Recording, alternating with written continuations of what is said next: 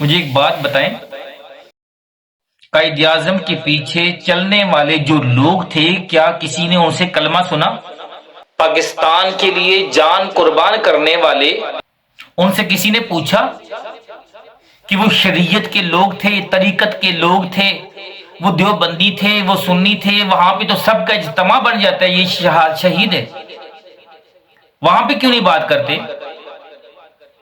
وہاں پہ اس لیے بات نہیں کرتے کہ وہ شہید ہیں، اور شہید کا درجہ بہت بلند ہوتا ہے۔ اگر شہید کا درجہ بلند ہے تو جب وہ زندہ تھے تب ان کے بارے میں انتشار کیوں پھیلا رہے تھے؟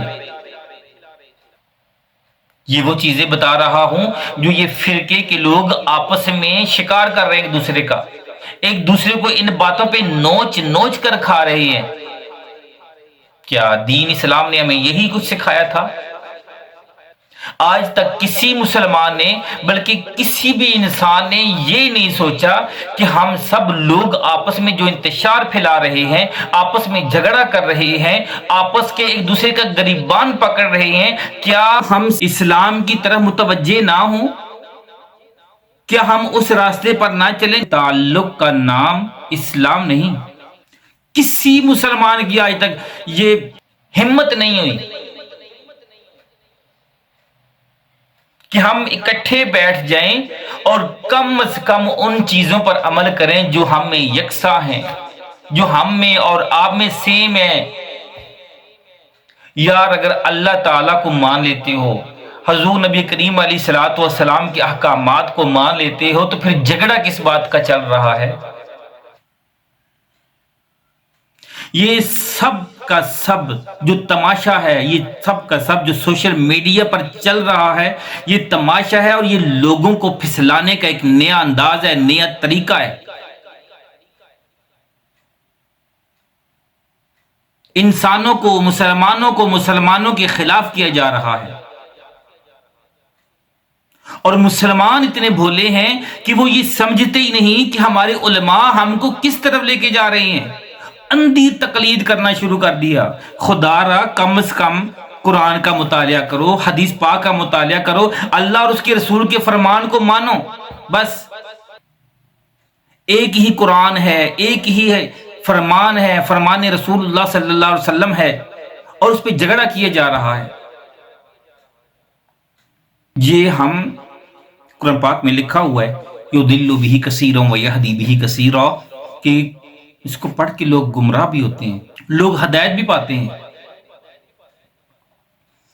تو گمراہی کی طرف نہ جاؤ خدا را۔ حقیقت کیا ہے یہ جتنے بھی علماء کرام بیٹھے ان کو پتا ہے، اگر ان کو پتا نہیں تو وہ علماء کی لسٹ سے خارج ہیں۔ میں بڑے افسوس کے ساتھ کہہ رہا ہوں، قرآن بھی وہی ہے، اللہ کا فرمان بھی وہی ہے، اللہ بھی وہی ہے، اللہ کے رسول بھی وہی ہے، لیکن اسلام وہ نہیں۔ اسلام وہ نہیں ہے۔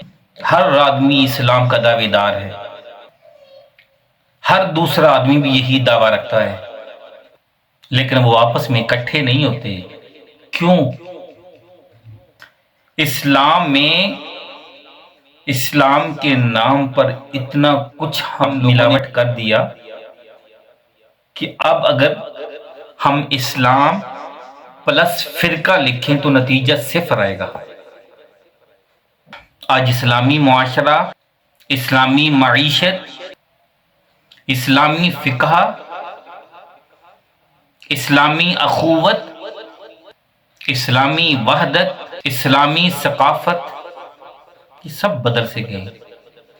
ہم حضور نبی کریم علیہ الصلوۃ والسلام کے دور سے اتنی دور ہو گئے کہ اب وہاں اس دور سے شروع کرنا بہت مشکل ہو گیا، محال ہو گیا۔ اگر ہم یہ چاہتے ہیں ہمارا دین اسلام یہ بلندیوں پر پہنچے، تو ایک بار پھر ہم کو وہیں سے شروع کرنا پڑے گا۔ کلمہ توحید کو روح وحدت مان کر اسلام کا عمل شروع کرنا چاہیے، ورنہ علم اور صرف علم اسلام سے بہت دور لے جائے گا۔ ایمان والے نفاق سے توبہ کر کے وحدت و محبت میں متحد ہو جائیں تو ہم ایک بار پھر اسلام کی بلندیوں پر پہنچ سکتے ہیں، بلکہ اسلام کو بلندیوں پر لے جا سکتے ہیں۔ اسلام جب اللہ کا دین ہے، اللہ کو پسند ہے، تو اسے اللہ کی رضا حاصل ہونی چاہیے، اور اللہ کی رضا ہی مسلمانوں کی سرفرازی کی ضامن ہے۔ آج کے مسلمانوں کی ذب و حالی اس لیے ہے کہ اسلام میں ملاوٹ ہو گئی۔ آج کے فقہا ایک اسلام سے وابستہ کر کے انہیں پھر عروج کی منزل دکھائیں۔ ابھی وقت ہے ہمارے پاس، فرقوں سے الگ ہو کر وحدت ملت کی طرف سفر کیا جائے، اور اگر وقت ہاتھ سے نکل گیا تو پھر کیا ہوگا؟ ہر مسجد مسجد قرطبہ بن جائے گی۔ ہم مسلمان ہیں، یہی ہمارا فرقہ ہے، یہی ہماری طریقت ہے، اور یہی ہماری جمعیت ہے۔ کلمہ طیبہ ہی کلمہ توحید ہے۔ اسی بنیاد پر وحدت ملت کی عمارت استوار کی جا سکتی ہے۔ اگر مسلمان متحد ہو جائیں تو کامیابی ان کا مقدر بنے۔ اگر ہم ایسا نہ ہوئے، اگر ہم متحد نہ ہوئے، تو یہ جو فرقہ سازی کا عمل ہے اور جس طرح یہ پھیل رہا ہے، تو ہم اسلام سے اتنے دور ہو جائیں گے، اسلام سے اتنے دور ہو جائیں گے کہ ہم مسلمان کہلانے کے قابل نہیں رہیں گے۔